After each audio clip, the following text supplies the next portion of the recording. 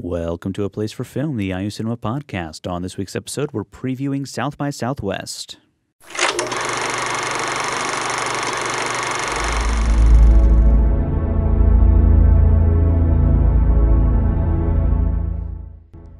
All right, hello everyone. My name is Andy Hunsucker. And I'm Jason Thompson. And this week on A Place for Film, the IU Cinema podcast, we are going to talk about South by Southwest. Yeah. We're going there in a couple weeks, Jason. And honestly, I haven't had a chance to look at this schedule hardly at all. Yeah. So rather than go in blind, you're basically going to watch us run our errands. Yeah. But it should be interesting, Should be interesting, yeah. And you guys can look at the schedule yourself and let us know of anything you think looks interesting. We're not going to promise we're going to go see everything that everyone says looks interesting. Yeah. But, maybe we'll pick up on something that we didn't notice before. Mm-hmm. Well, we're going to do a real quick preview of South by Southwest. We're going to be talking about stuff coming back. We'll do a long episode about everything we saw when we come back. But we got press passes to South by Southwest this year. That's coming up here in a couple weeks. Yeah. So we wanted to talk a little bit. And basically the idea here is, Jason, we really haven't had time to look and really dig in and say, oh, what looks interesting? Well, what's really funny is that once you sort of get press credentials, then everybody from the press wants to communicate with you. Yes. All these films, most of these films have like press agents, and the South by Southwest people sort of have like a mailing list, and sometimes helpfully, but in a lot of times it's just overwhelming. They send, the press agents will say, hey, here's this film and it's playing at these times, and here's the stars, and here's the director, and here's why you should care about this film. And that's fine. I like getting that information, except it started out about a month and a half, 2 months ago to get like 1, 2 a day. I'm getting about 10 a day right now. In fact, I'm looking at my email. I have 3 new messages right now. I'm almost certain all of them are South by Southwest announcements. They have to be, yeah. I have filtered them down to go into the film festival folder or label. That can be very helpful, but it's so overwhelming because it's like, oh, I would kind of like to see, oh, wait, but this other movie, So what we're doing is we're looking at the actual schedule here, and you can look at the schedule as well. Schedule.SXSW.com. And you can kind of follow along with us. And our time there is limited. We're there the second weekend. So we're there starting on the 13th. We're traveling on the 13th. Right. So assuming no delays, I don't know what time we'll get in there, but possibly we'll get to see something on the 13th. I hope so, yeah. But Thursday, Friday, Saturday, we'll be there all day for all of those films. So let's just kind of look through here, Jason. There's one film on Wednesday, the 13th. It's unfortunately, I think it's going to be before we get there, but it's a movie that I'm really curious about seeing. It's a movie called Tiny. It's a story about living small. And what basically, from what I can tell what it is, it's about an hour-long documentary about a guy who builds a house that's less than 100 square feet. It's sort of the idea is that can we build these houses that are smaller and live in them and not be so dependent on these huge mansions and stuff like that. So this guy essentially has never built anything in his life, towards these small homes for these people. There's one house they specifically mentioned in the trailer that's 89 square feet, and a person lives in that. That's their home. And so this is his sort of journey building his own house out in, I think, sort of this frontier almost, to the point where he's learning stuff about himself at the same time. So I found it fascinating. I would actually be curious to see if I could even try something like this. It seems like something that, somebody could try, and this would be the example of yes, you can, or yes, you can't. So unfortunately, it doesn't look like we will get to that one, but one I'll be keeping an eye out on because it is 60 minutes, so it's probably something that'll get some sort of distribution to where we can get our eyes on it. Yeah. So there's that one. And then there was another one shortly thereafter, which is sort of a romantic comedy called I Give It a Year. And the main idea is that this isn't a movie about sort of early relationships. It's about sort of people getting married and then the year after that. So the 1 year anniversary, which again, the title kind of plays off of that a little bit. I Give It a Year. Yeah. It's like when you hear about people getting together, it's like, oh, I give it a year. Yeah. This is sort of that idea. Okay. Sort of where these people are a year after sort of everything is, the honeymoon period is over, essentially is what it's doing. again, one of those movies where I don't think we'll probably be able to see it, but one I'm kind of curious about. It's from the United Kingdom. This would be the North American premiere for it. So good possibility that if it gets, good reviews, that it might get some sort of release here in the States. Yeah.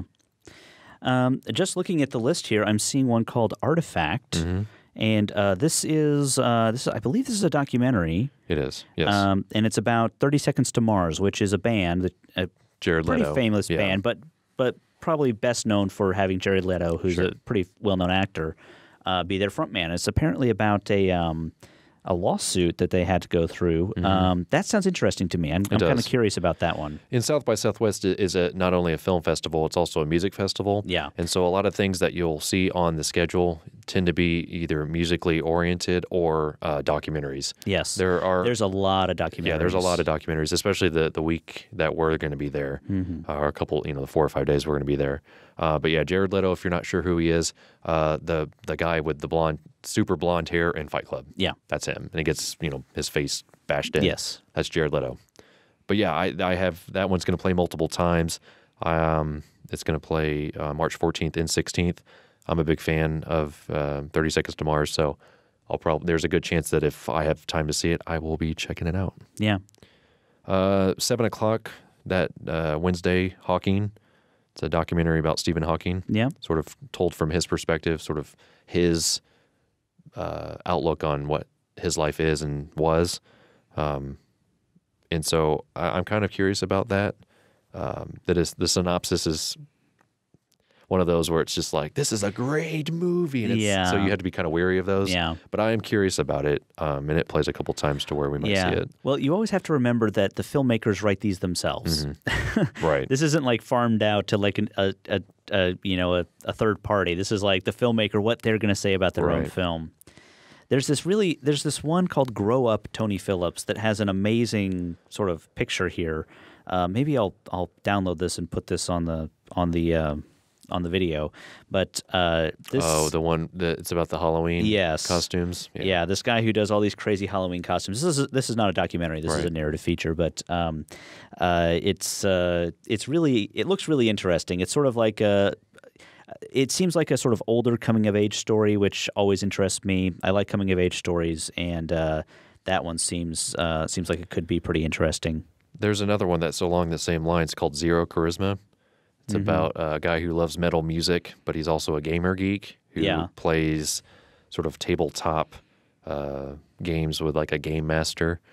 And this is sort of his life, sort of his real life and his sort of imaginary life sort of crashing into each other. Yeah. Sounds really interesting, the idea behind it.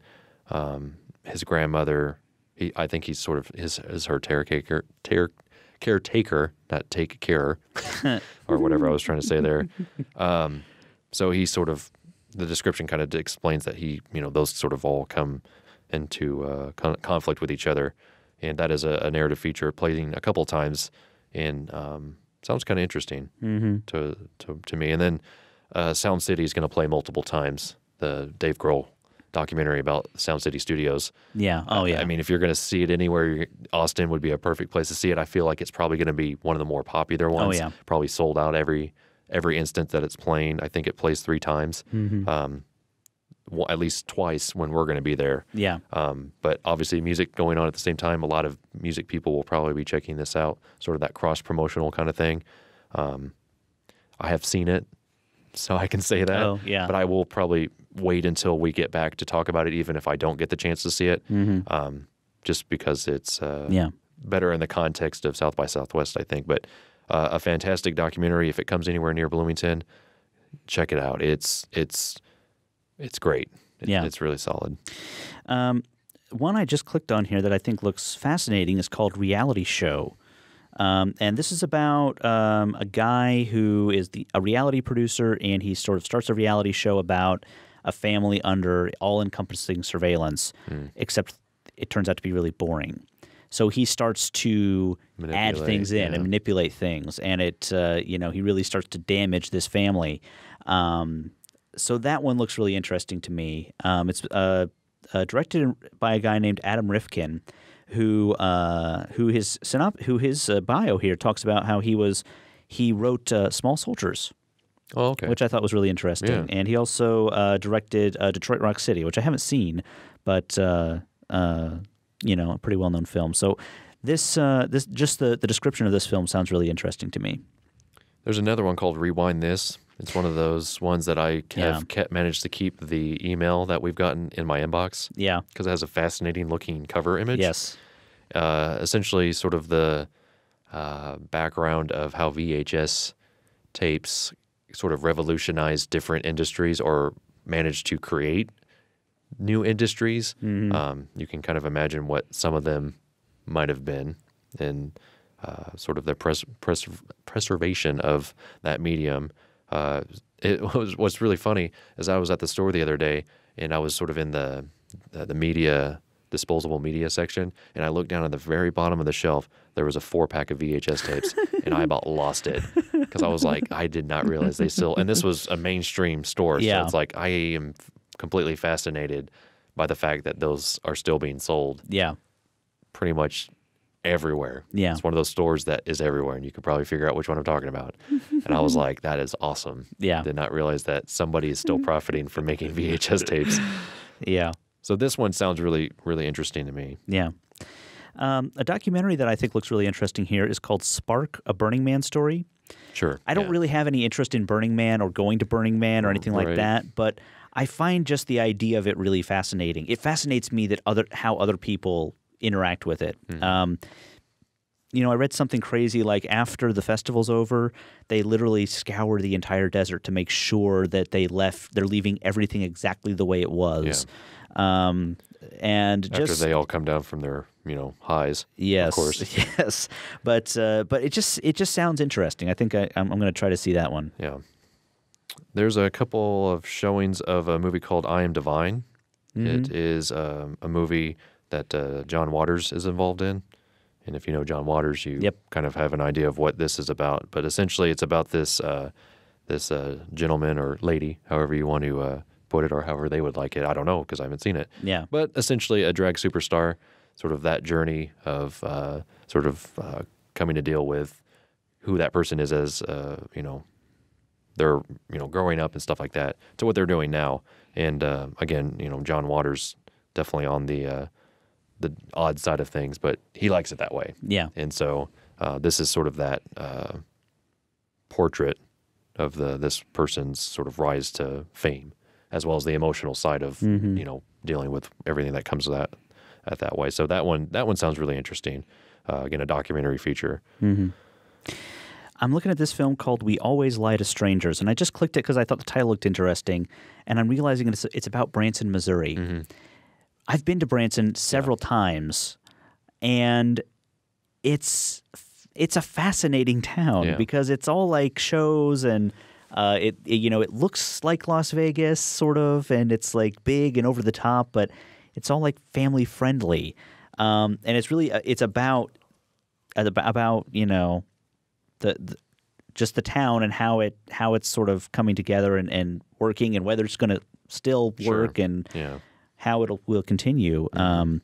That looks really fascinating to me. I'm interested in that one for sure. Mm-hmm. Well, there's another one here called R. Nixon, which is essentially about sort of his aides that documented his presidency through Super 8 footage. Yeah. And then basically come to find out that was the footage they kind of implemented him. Like they sort of took it from these people, and then a lot of those people ended up going to jail. Yeah. Which sounds really fascinating on how they take all these Super 8 home movie footages, footages, is that even a word? Footage and cut it together to make this movie. It's about 85 minutes long, so it just sounds, really interesting, sort of that home movie day kind of aspect of it. I think this would play really well at something like that. And then there's a bunch of midnight movies. Pretty much every night that we're there, there's going to be something playing, at 11 to midnight time. Lords of Salem, which is a Rob Zombie, his next movie, starring his wife, Sherry Moon Zombie. Mm-hmm. It's about a woman who plays a DJ who essentially plays this tape, and she listens to it, and all the sounds sort of trigger flashbacks of this town's violent past. The reason why I'm interested in it is because I work at a radio station who happens to play his music quite often. So I would be curious to see it just for that aspect as well, to sort of serve two different parties. Yeah. But Rob Zombie, he's proven that he's not just he doesn't just like to scream into a microphone. He's a legitimate filmmaker and can direct movies to a pretty decent extent. Yeah. And obviously he likes the horror genre. Mm-hmm. Although he is sort of in talks to make a biopic about this hockey team. I can't think of who it is, but I mean, that's like him sort of trying to go in another direction. Yeah. Which I think is kind of cool. Another movie real quick, another horror movie sort of around at the same time, which now I have to try to figure out if I want to see one or the other, is called Haunter. But what's really interesting about it is that this family, they're ghosts, and they sort of relive the day they died over and over and over until sort of one of the girls in the family wakes up and realizes that she is being haunted by humans. So it's like from the ghost perspective. Yeah. Sort of how like they think they still have this house, but then like these other ghosts move in, but they're not. They're real people. And so I like the idea. Yeah. I'm just really curious if it plays the way I would like it to. Exactly. And that's the thing with a lot of these midnight shows that I know, and this is kind of how it was at Chicago, just because there's a reason why some of them are being played at midnight. It's just because they're kind of like not great. They're kind of that sort of B movie, like late midnight sort of snack. It's not because they're so scary that they couldn't possibly play it earlier. Sometimes it's because they're embracing the spirit of the B schlock horror sort of thing. And the IU cinema isn't, far from that. Exactly. There's been plenty of movies that, are good, but in a completely different way. There's another one on there that I didn't necessarily mark down, but it's like a spider movie. I heard, I think it's called like Big Ass Spider. Yeah, I remember the name of it. Yeah. It looks very Sci-Fi Channel-y. Yes, Big Ass Spider. That's what it's called. Yeah. Yeah. One that I think looks really interesting is this documentary called Milius, about John Milius, the director. You've seen some of his movies for sure. He did Conan the Barbarian. I don't know if he wrote or directed all of these, but he did Dirty Harry. He worked on Red Dawn. Which one? No, the old one. But it's just about him and his life and his career. And it's got a lot of really interesting interviews. I love documentaries about directors, so I'm definitely going to try to make sure I get to see this one. There's another one playing on Thursday, March 14th called A Teacher. Sounds really fascinating to me. It's essentially a teacher's sort of affair with a student, and it's told from that perspective. The trailer really kind of pulled me in, so I think I'll probably start my Thursday with that one, although there is another screening of a movie called Everyone's Gonna Die, which is a British movie about this woman she's got things going on in her life, and then what appears to be a hitman who comes to her town and has a job to do, and the sort of them coming at each other and kind of romantically hooking onto each other, but yet the job still has to get done. Yeah. So that sounds really interesting. And again, that's the only time that it's playing to where we could see it. So that's going to be a conflict for me. Exactly. Well, there's two movies here playing both on Friday at 9:15, so I'm going to have to choose. I really would like to see both of them, but I'll have to see. Well, actually, one of them plays on the day before, so maybe I can see both of them. But one of them is called Milo, and this film caught my eye because it has a lot of actors that I recognize. Ken Marino, who has been in a lot of stuff lately, Gillian Jacobs, who's on Community, Peter Stormare, who's a very, very well-known sort of villainous. He usually plays like a villain. Is this the one where the guy has a thing inside of him? Yeah, so here's the synopsis. Okay. A man discovers that his chronic stomach problems are due to the fact that he has a demon baby living in his colon. I hate when that happens. Yeah. Yeah. But I really want to see this movie. So it was sort of caught my eye because I was like, I recognize those people. Sure. And then I looked at it and I was like, I really want to see that movie. And then this other film called The Bounce Back, it seems kind of right up my alley.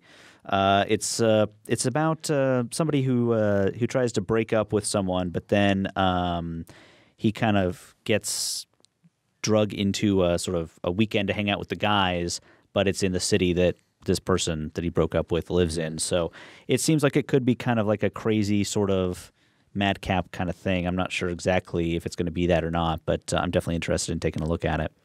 There's a movie here called William and the Windmill. It's a documentary feature It's about a guy who builds a windmill to essentially support the electric needs of his family out of just spare parts. Sort of that opportunity that, presents itself, and him wanting to sort of advance himself in this sort of I think the director has won a couple of things in the past from Sundance, so it plays along that. It's Neighbors, I know is his last name. I'm trying to think of it. I'm trying to see if I can find out what his Ben Neighbors. That's right. I've seen a couple of his other things before, but it sounds really really interesting. And then there's another documentary which was being funded somewhat by a Kickstarter project called Medora. And the name Medora might ring a bell because Medora is a town in Indiana, about 45 minutes from here, essentially between Bedford and Seymour. Yeah. And what this movie is about this small town's basketball team who isn't very good, hasn't won a lot of games, and sort of the behind-the-scenes aspect of that. Didn't we post their Kickstarter on our Facebook we at did, some point? And I never actually thought that they sort of fulfilled that need, and it seems like they did, which is fantastic, because essentially the movie was already done. They were just trying to get some funds to get it distributed, and it's clearly worked. So bravo to those of you that may have supported it in that endeavor. It plays the one time, and I've got a star next to it to really try to reach out and perhaps see if we can get the filmmakers to discuss the movie a little bit, because again, it's kind of in my neck of the woods. It's really close to where I work, and something that we've been following for a while. So when I saw it, I was like, that's not what I think it is. I clicked on it and I was like, yep, I've seen that before. And I was like, this is really, really great. It actually plays 3 times. And so hopefully a lot of people will see it. Yeah. Well, we can do this literally all day, so let's maybe do a couple more and then wrap up here. I just looked at this one called The Great Hip Hop Hoax. It's about these 2 guys who were supposed to be from California, except they're actually Scottish, and they're doing fake accents. This looks really interesting to me. When I saw it, I thought that one looks really interesting to me. And I want to talk about one more. It's the last one that I want to bring up. It's the new film from Joe Swanberg, a friend of the cinema who's been here several times. He actually drove down for an event. He lives up in Chicago. He actually drove down to see a filmmaker here. So this is a film with Olivia Wilde and Jake Johnson, Anna Kendrick, Ron Livingston. So people you're familiar with, but this is his new film. And he talked about it a little bit when he was here, just about the idea that he'd never worked with name actors. Some of his actors are who he's worked with in the past are reasonably well known right now.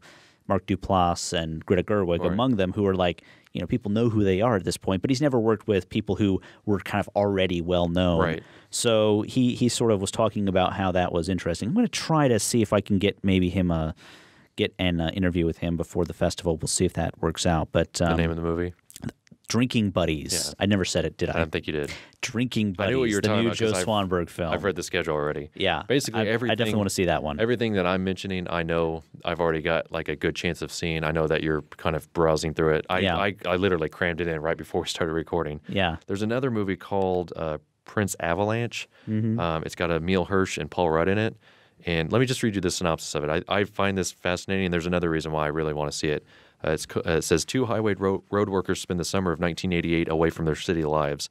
The isolated landscape becomes a place of misadventure as the men find themselves at odds with each other and the women they left behind. I mean, it just sounds really fascinating. Yeah. But the great thing about it for me is that the music is done by a band called Explosions in the Sky. Oh, okay. Same band that did all the stuff for Friday Night Lights, the movie and the TV show. Yeah. And they are actually from the Austin area. So there's perhaps a good chance they'll be performing in Austin at the same time. So I'm really looking forward to this one. And for those of you that saw VHS here at the cinema, the sequel to that will also be playing. I enjoyed certain aspects of the first one. I don't know if I've got it listed here. I may actually get it because it's playing later. There's a decent chance that I may actually catch it. I know there was a couple other things that I wanted to mention real quick. And we haven't even gotten to Friday yet, really. Well, I've been looking at Friday, so you have? Okay. The one thing I'm going to be looking forward to on Saturday, I think, is I'm going to be looking at awards. I want to see basically all the films that were, the problem is on Saturday, like a lot of these films are sort of, the award-winning films are playing at like 9:30, all of them at the same time. So, I'm looking forward to that. I feel like stuff that happened maybe earlier in the week that we missed, I'm going to try to hit some of those and see if I can get through some of those things. But that'll be what I'm trying to sort of looking forward to on Saturday. Sure. There's one documentary called 20 Feet from Stardom. The title really fascinates me because when you read the description, it makes sense. It's about backup singers. And it sounds really, really interesting. I'd be down for that. And then there's another movie starring, I think it's Paul Walker. Yeah, Paul Walker. The premise of the movie, essentially, it's about a man who takes his wife who's in labor to give birth to their baby. So there's some complications. Hurricane Katrina happens, and then it's essentially him trying to keep his family alive during that time. Okay. I thought, I'm hooked. I mean, there's a good chance I might see that one too. So what's really interesting, I think, about these movies is that the ones that you're mentioning that you find interesting, I sort of found interesting but made some excuse not to see. So there's a good chance that we might do some double coverage here for things that I want to see. Oh, yeah. That you're going to end up seeing. And that's kind of how Chicago worked. Oh, yeah. There were a couple of things like Royal Affair. I didn't get to see it, but you did. And then you were like, yeah, I think you'd like it. And I ended up getting to see it. So hopefully we'll be able to cover a lot of things here. Definitely. And I mean, and that's the thing, too, about film festivals is just you go in with like, all this fire in your belly. I want to see all these movies. And then something comes up as I'm losing my own voice, it seems like. Yeah. And then you're like, well, now there's this situation. But I can get dinner during this time, or you know what? I'm just gonna sit quietly over here. You know what? I'll go back to the hotel. I'll come back later in the evening, and it never plays out the way you want it to. Like we can have our whole schedule played out, and we get there, and there's a reason why we can't see something, so you go see something else instead, and that might be the movie that you like the best. So you just got to kind of play the. I mean, when we went to Chicago, you were the one who wanted to see Room 237. I was kind of like, nah, whatever, and then sat down. That was my favorite film at the festival, and I was like, kind of just like, it was okay. Yeah. So all right. So we're heading South by Southwest. Check out the schedule and let us know. Comment on Facebook, YouTube, wherever, and let us know what you think looks interesting, and maybe we'll take a look at something that we otherwise missed. Schedule.sxsw.com. We're only going to be there from the 13th through this. I don't think there's any screenings on the 17th. We're traveling on the 17th. Yeah, there are. So 13th through the 16th. Look at those days, and let us know what you think looks interesting. Yeah. But otherwise, we'll be out there. So, and if you're going to South by Southwest and you want to meet the guys from the Ice Cinema Podcast, that can be arranged. That can be arranged. Totally. So, all right. Well, thank you guys for watching. I'm Andy. And I'm Jason. This has been, and always will be, A Place for Film. A Place for Film is recorded at WFIU Studios in Bloomington, Indiana.